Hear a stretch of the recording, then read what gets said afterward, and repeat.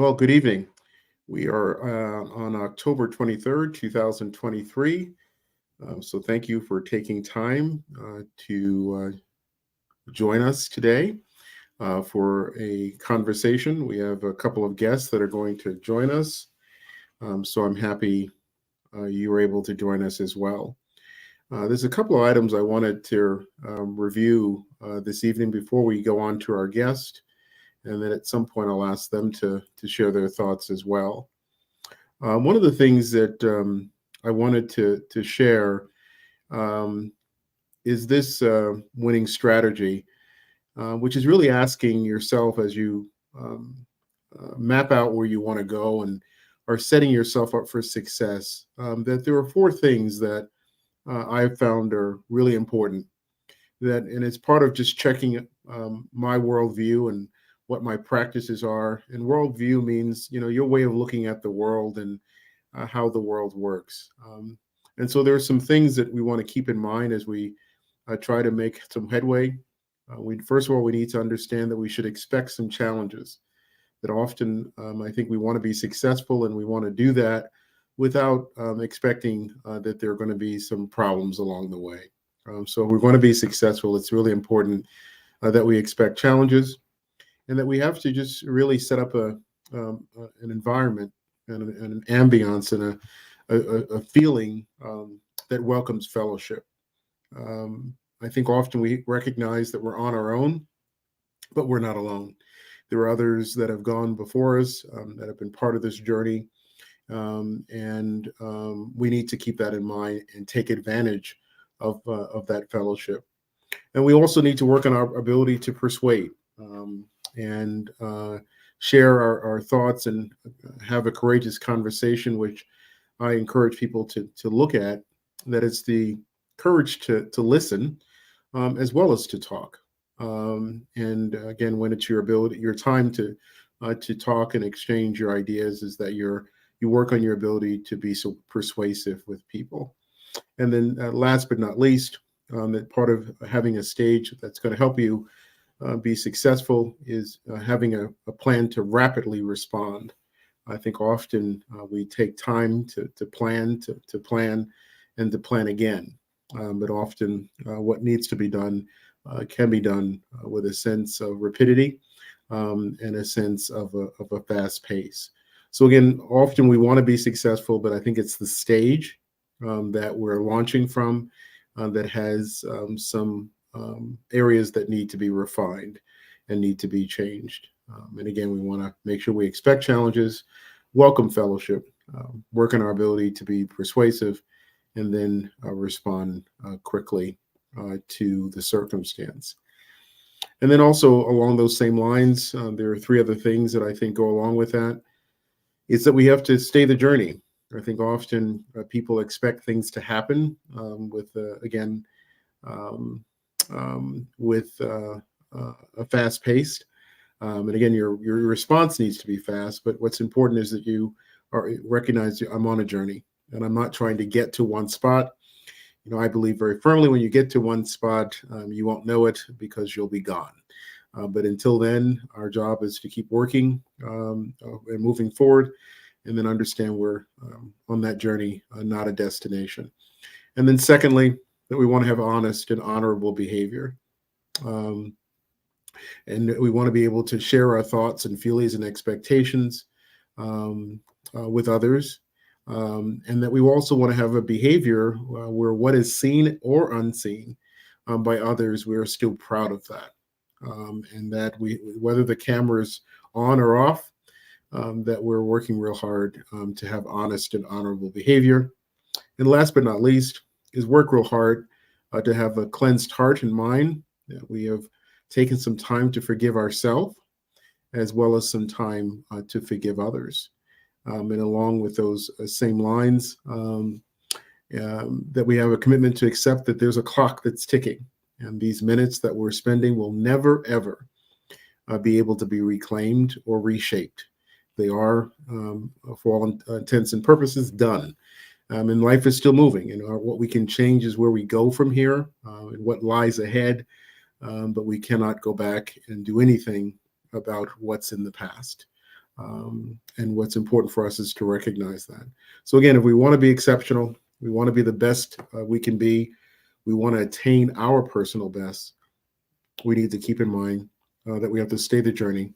We need honest and honorable behavior, and we need a cleansed heart and mind.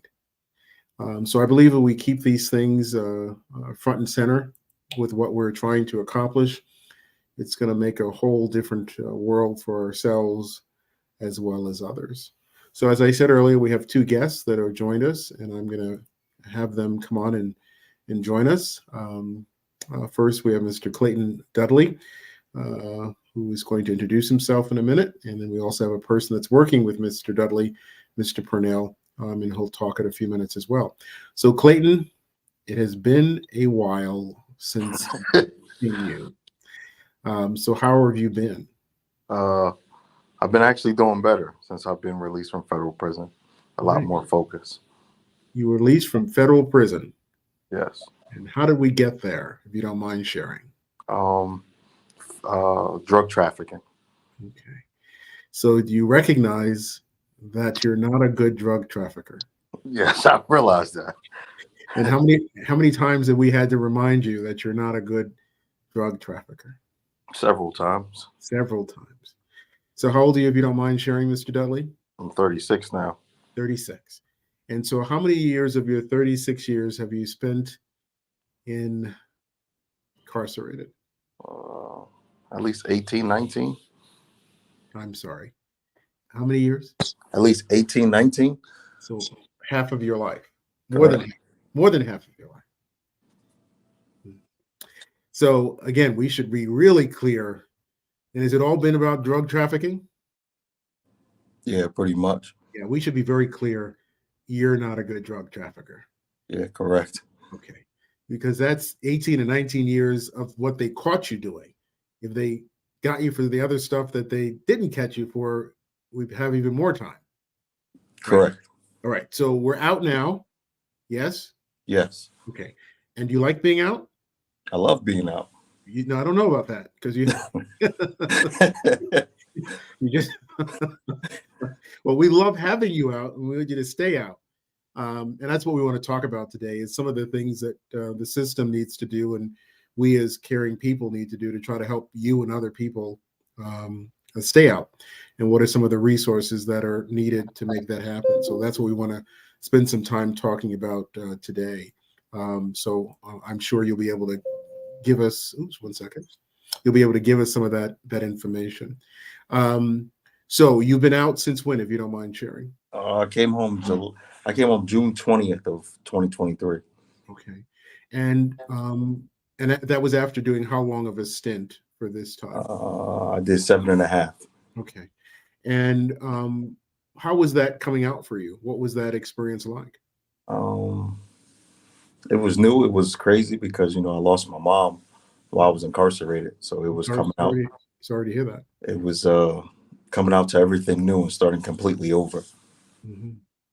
And how has it been going for you? It's been a couple of months now. It's been 4 or 5 months now. So how's that gone? It's been up and down. Mm-hmm. Talk to us about what you mean by up and down. It's hard to find a place. A lot of people don't want to deal with me. A lot of places require application fees. And instead of me paying an application fee, I just be upfront with them and tell them my situation. A lot of people don't want to deal with me. Hold on a second. So you're saying that you don't want to pay the application fee. So you think if you tell them the story about, you think they're going to waive the fee? Nah, it's not about waiving the fee. It's about not, it's money is hard to come by because not a lot of jobs want to. But I just want you to understand, I can't imagine if you tell them your story that they're going to waive the fee. They may ask for extra months rather than less. So you might want to, just keep that in mind that you may not be helping yourself by, expecting that they're going to waive the application fee. No, I don't do it to waive the application fee. I really do it it's really pointless for me to pay for an application fee, knowing that it's a great possibility that every landlord I dealt with, once I've explained the situation, and it's been like, I want to say 4 or 5 times I've paid for the application fee. And when the criminal background has came back, they don't deal with me.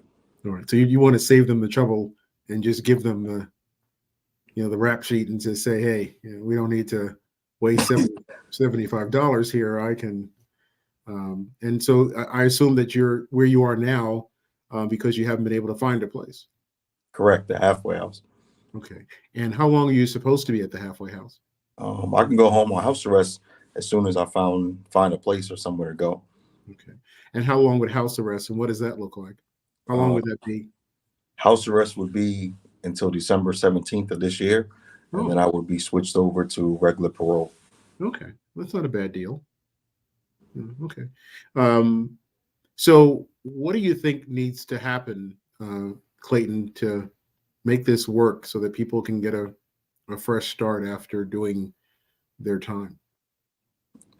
Really, it's all about the job and the income resources, because a lot of people that come home really don't have no type of income or anybody to really depend on when they come Mhm. home. Not everybody is like you or Child for Services or have people to reach out when they're in hard times. So when people fall in hard times, that's when myself and others tend to go back to what they know best, because Mm.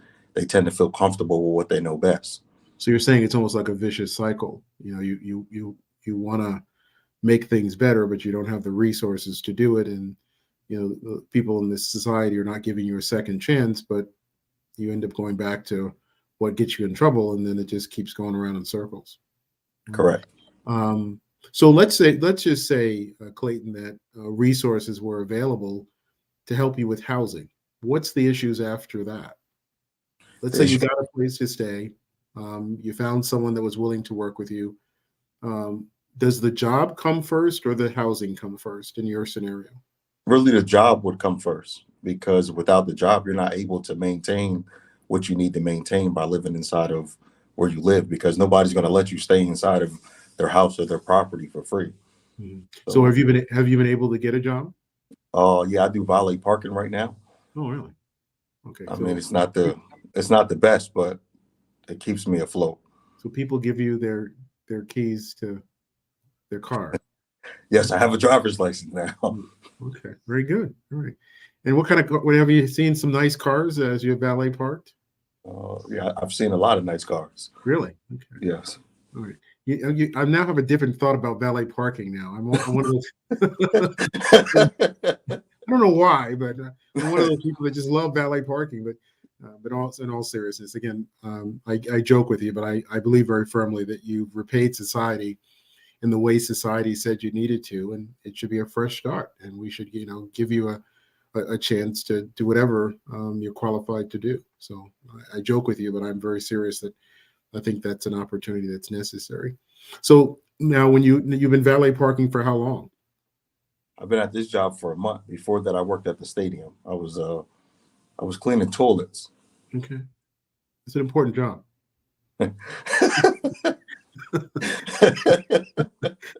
Valet parking and toilet bowl cleaning. I think you got some critical job. You're a man after my own heart. So they won't employ you. I may employ you. So have you been able to save up any money for this housing that you need uh, with those two jobs? yes and no, because I came home to nothing. So a Mm, lot of things I have to purchase, such as clothing, hygiene, getting back and forth to work. So I don't really make much. mm. So a lot of it goes towards me staying at afloat. Okay. And so you just mentioned getting to and from work. I think I heard that you were out west in the state, so I guess transportation is a issue for you as well. That I guess you didn't come out with a vehicle at your access, so you have to use. Sometimes I take the train. The train is free, but the train is a little bit longer for me to get to work.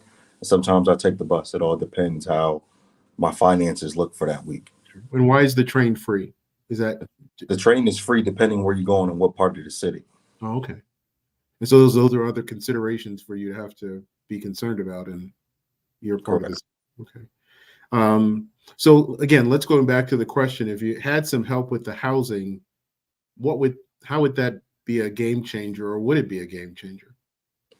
That will be a game changer, because you're able to get away from certain negative things that go on and certain temptations that may make you want to go back to what you aren't best at doing, or the things that you shouldn't be doing, period.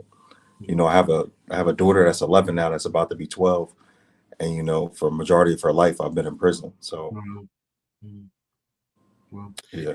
so that's a challenge. So, Mr. Purnell, I understand that you are a property manager with Foster Success. Why don't you tell us a little bit about what you do and about your organization for those of us that may not know? Thanks for having me, Dr. Nat. Sure. Clayton, glad to meet you.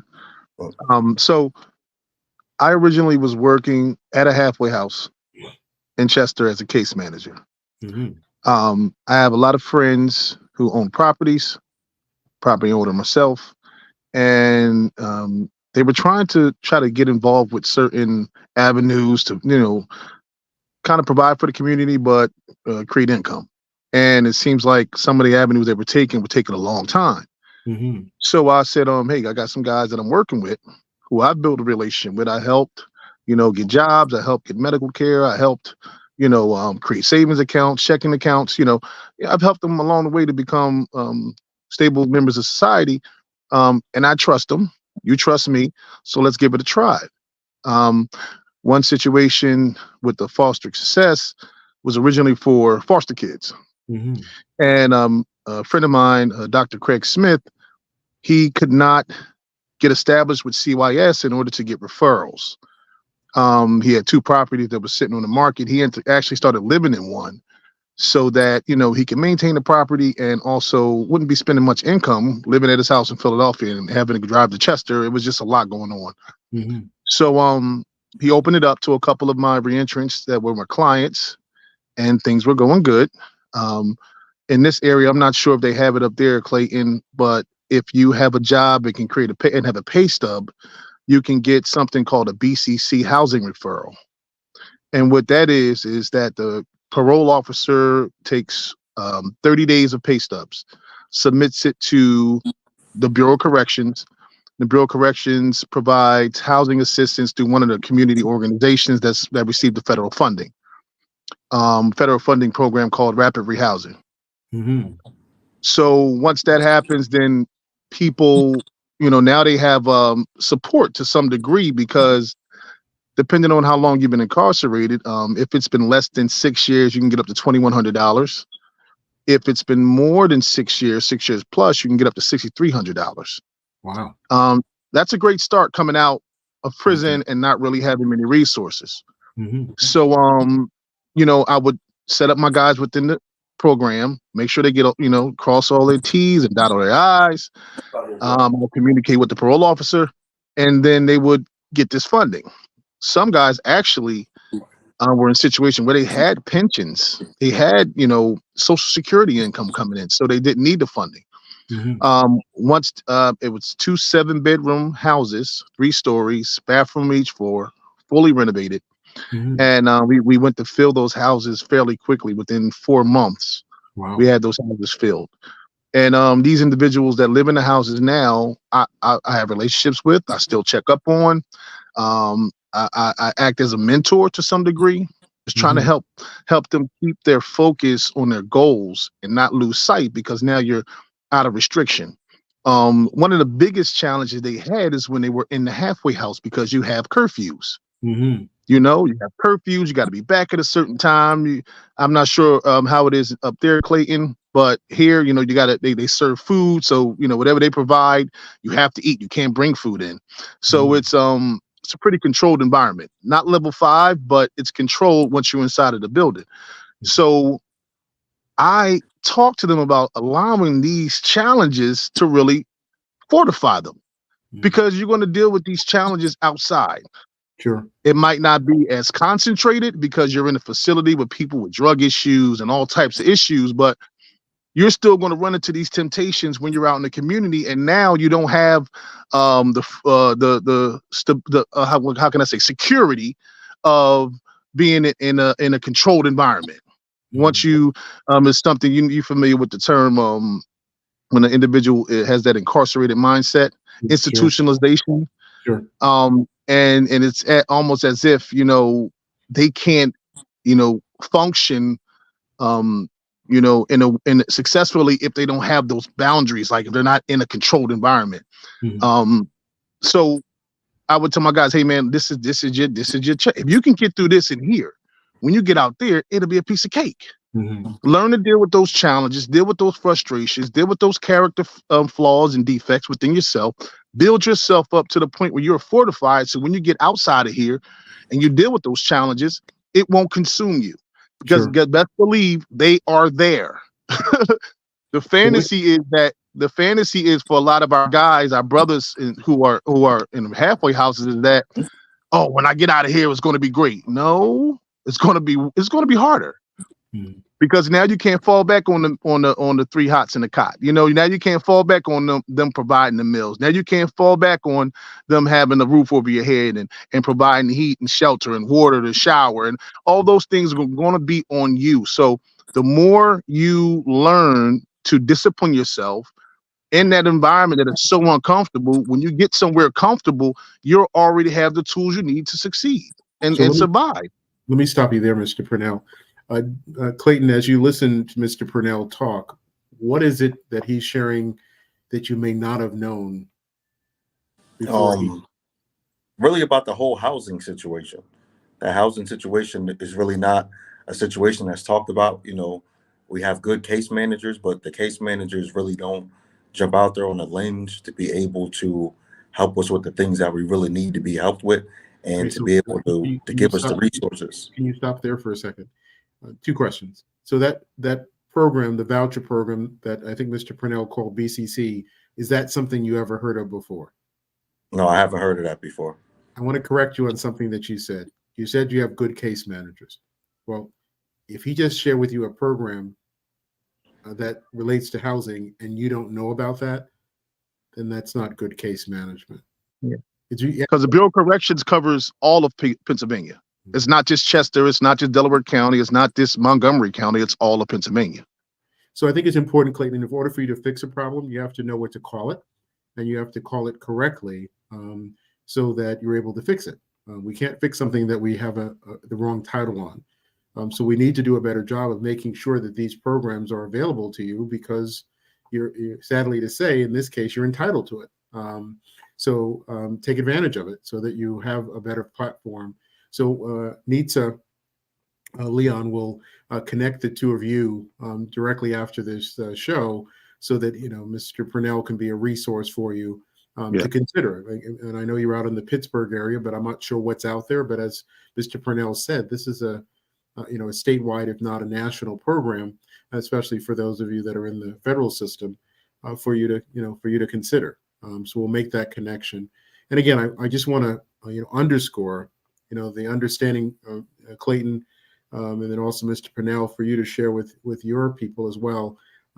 Again, you're on your own, but you're not alone. And you're often one conversation away, one moment of fellowship away from getting the answer that you're looking for. And I want to just share and put one other thing up on before I know Clayton has to get back to work. But I just want to share this with you for you to think about. And what we're trying to do in life is to try to get some of our ships in order. And we have to make sure we work on getting our purpose ship. What am I here to do? And how can I bring out the best me in what I'm doing? And again, that fellowship, so that we can bring out the best us, and then work on citizenship and being the best community. And also as a leader of yourself and sometimes of others, you want to help people figure out what's the best pathway. And that's our goal, is to try to make sure that our purpose ship, our fellowship, our citizenship, and our leadership is all aligned, and we're making things happen. But again, we can't do it by ourselves. We need a safety net that's going to be there for us to make sure we're doing everything we're supposed to be doing. So Clayton, I want to thank you for joining in to share your story and your challenge. And I pray that Mr. Purnell and our connection directly after will help you figure out some next steps. And I want you to stay in touch. And I know you've been doing that through Facebook, and I want you to continue to do that. I commit to helping you in any way that I can, so that we don't see you doing 18 days, months, or years anymore in this lifetime. I think you've given enough to that place. It's done everything it's going to do for you. it's now time for you to come out here and flourish. And even with your challenges, there are company, there are people, there are places and things that will not mind your past. And you need to find out where they are and take advantage of them. Not every place. I wrote a book years ago about geography of success. You can't be successful in every geography. There are going to be places where you can be, and we have to help you figure out where they are. And again, I'm committed to doing that. So before I let you go, Clayton, anything else you want to share? Any thoughts you want to share before we wrap up? I appreciate you having me on. And I appreciate the guests we had for tonight. This is the second time in the second week has blown me off. So I believe things happen for a reason. And I think that our palette was cleared so that you could join us and share your thoughts. And I know others that will have a chance to watch this later. It will help others, Clayton, that you know, and some that you don't know. And I think that's the beautiful part of sharing your story, is you have the ability to impact a lot of people. And last but not least, but Mr. Purnell, anything you want to say before we wrap up? Yes, I want to thank you, Dr. Nat, for having me on the show. Wasn't expecting this, but I've been blessed by this whole experience. Clayton, listen, I'm here for you. Any information that I have, any resources that I have, they're at your disposal. All right. Like Dr. Nat said, you're not alone. You're not alone. So take advantage of this opportunity of meeting me. Let me help you. Reach out to me. Okay. Because I need to help you. So you got to reach out to me. Okay. Text, call, email, doesn't even matter. Let's try to get you in position where you can make the best of your life. All right. Mm-hmm. Correct. Very good. And again, we'll make sure that connection happens directly after. So thank you both, gentlemen, for joining this evening. I sincerely appreciate it. Thank you, Dr. Nat. Thank you. All right, ladies and gentlemen, thank you so much for joining us today and being part of that conversation regarding a young man who's trying to restore his life and to make a headway for the future. And again, it's often about resources and what's available. And our job is to try to make sure as much is available so that people can be successful. And again, I try to tell people my job is not to judge you, but to judge the resources that you'll need in order to be successful. So with that, I'll bid you a good night and look forward to seeing you next Monday at the same time. Thanks again.